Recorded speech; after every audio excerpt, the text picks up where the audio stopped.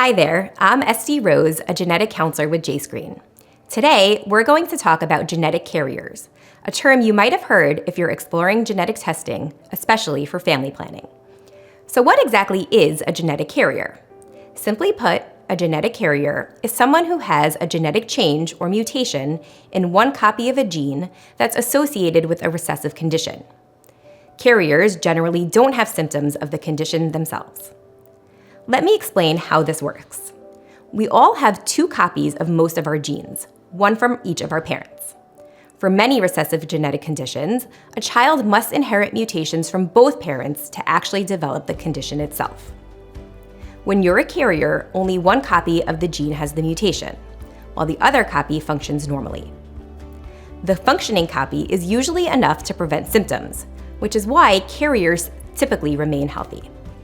Why does carrier status matter? Well, it becomes important when you're planning to have children.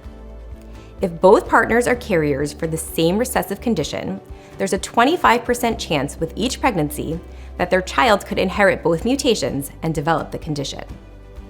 Common examples of recessive conditions include cystic fibrosis, sickle cell anemia, and Tay-Sachs disease. In fact, most people are carriers for at least one recessive genetic condition. It's completely normal and much more common than you might think, even if you don't have a family history of the condition.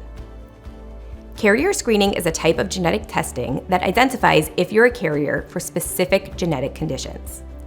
It's typically recommended for anyone planning a pregnancy and can be especially valuable for certain populations with higher risks for specific conditions. For example, individuals with Ashkenazi Jewish ancestry have higher carrier rates for certain conditions like Tay-Sachs disease, while those with Mediterranean ancestry might have higher carrier rates for inherited anemias like beta thalassemia.